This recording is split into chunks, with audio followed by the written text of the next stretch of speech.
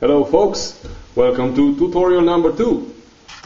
A big shout out goes to my camera for destroying the first version of this video, so that I have to shoot it now all over again. And for real this time, a big shout out to my first subscriber that has done this stuff. He went through tutorial number 1 and did some drawing and sent me the result. This was completely unexpected, by the way, because you don't expect programmers with no experience to just pick up their stuff and get a vertical surface and do drawing tutorials and send some results and talk about feedback and so on and so forth. Very good effort, awesome effort, I appreciate it. Please, more of you, just take a leap of faith and do the stuff, and you will see it's both fun and useful, and you learn a lot about yourself. Maybe even about drawing and art and so on. Now, this being said, let's get on with the tutorial. Today we talk about lines. Today we talk about making nice, beautiful lines and how to get there. In no particular order, let's talk about the blind type of line making. This is best not done on this vertical type of surface, but I show you here because that's the most easy to do with my setup here for the video purposes, for tutorial purposes. So you take random looking stuff, just crumpled old paper, and put it here. Then you take your drawing tool, not necessarily charcoal, anything, pen at the office will do. And the point is this, to block your view to the drawing surface, and just take a line, any random line from the countless random lines that are there, and follow it. So put the pen down on the paper and follow it without seeing what you're actually doing. You just follow it, you follow the shape. So for instance, here I have this type of thing. This is very important. You can try drawing this stuff just to see a comparison, to see how you draw with your eyes open and your regular style of drawing, and then when you cover this block and do one continuous line, or several long continuous lines, you will see the quality of the line improve in 10 seconds like you've never even believed you can. You can do. And yeah, just do this. Do this for real. Take a piece of paper, block your eyes with another piece of paper like this, and then draw what you see. Just keep your eyes on the object that you're drawing. Do this with long continuous lines. Do not take the pen off the paper. Or if you do, just put it back and take another line and follow that. And once you have, I don't know, 30 seconds, a minute of that going, then look at the paper. Then compare your lines from this exercise to your usual lines while you're drawing, and many things will be revealed to you about your own ability to draw properly, fine, with nice lines. Okay, so this is exercise number 1. You have to do it for yourself to see the great benefits. I hope the camera is not destroying my other video, my current video. Second exercise. Let's call this one random lines. Random lines is a very important thing to do.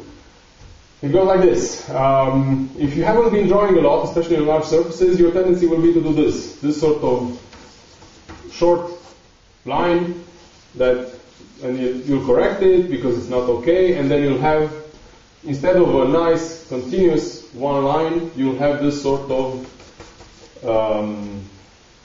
I don't know what to call it, looking abomination of a line. So, to teach your shoulder and your hand to work with nice flowing lines, we do the random line exercise. The point is this: you start making random lines on a paper. You're not drawing anything specifically, but you have to draw lines that are as different from each other as possible. So you do just some stuff.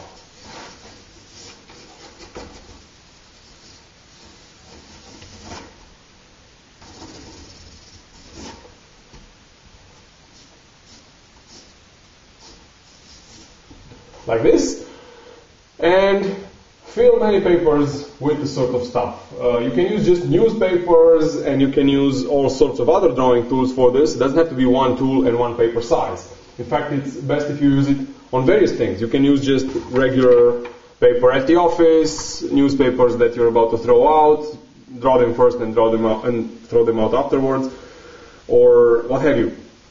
The point is, you don't want this line to look like this line. You want to do thin, barely visible lines. You want to do short lines, long lines. You want to spin it, to square it, to do all sorts of things. You want to use the side of the drawing tool sometimes. Just see what that gives you, how many types of lines you can do with it, and so on and so forth. So you do this sort of thing, and once you have a paper done, you say it's completed, there's no more place for it, or you also use the hand just to see what kind of signs you can make. Once you have it ready, maybe come back the next day or start another one right away. And the point is to make the second paper contain marks that are as different as possible from the first one. And you do this until you have many papers, 10, 20, 50. Then you lay them all out on the floor, and you see what are you doing that's the same. And you try to break that pattern. You try to make paper 51 as different as possible to the first 50, to all of the first 50. Just see what else can be done. What else can be done with your line? Can you take thick ends and thin middle of the lines? Can you variate the shape of the line as you draw it, and so on and so forth. If you look at masterfully done drawings, you will see the sort of variation that you haven't noticed before. You will see that many lines, so lines in the hair do not match the lines in the skin or on the face or what have you. Just try to explore how people who do this sort of high quality drawing use their lines and try to replicate them. Just get some images off the internet and try to replicate a few drawings, especially fast drawings, the croquis work of people who really know. You'll see a lot of variation in the line there. That's because they did a lot of this stuff or stuff that's very similar to it. Alright, this is random line exercise. I encourage you to do this. Ideally you should do it daily, but I don't do it daily myself. I try though, because it's very good. And even before you start the drawing, if you take some junk paper and just unlock your shoulder like this, it's like the warm-up. It's like a warm-up right before you're drawing. It will give you ideas, it will give you the right mindset for drawing. This is random line. Okay.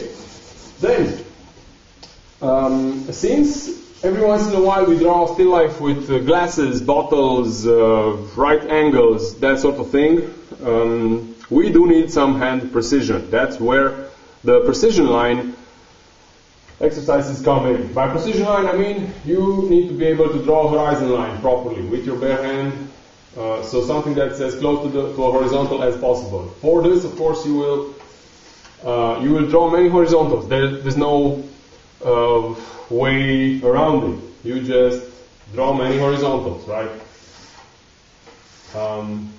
Many verticals for all those bottles, for all those things that are vertical on a table. You need your straight verticals to be as straight and as vertical as possible. Just draw them as much as possible and see what works, see what doesn't.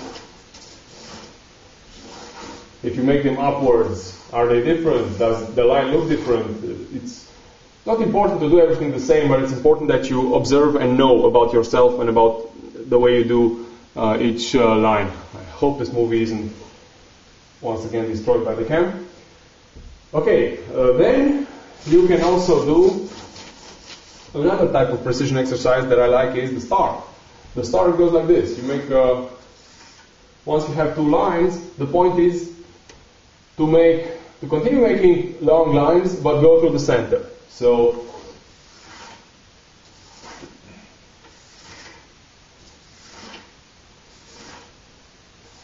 I'm not a complete master of this exercise. In fact, I'm not a master of any type of this exercise. But it does improve tremendously with practice. That much I can tell you. So, if you look at the center and you see how many lines converge, I mean, I can't, yeah, I can. let's see. So this is my center, right? I can tell you that my center when I made my first star was falling. It was a pathetic excuse for a star. It looked more like a galaxy, like a plate of noodles than a star.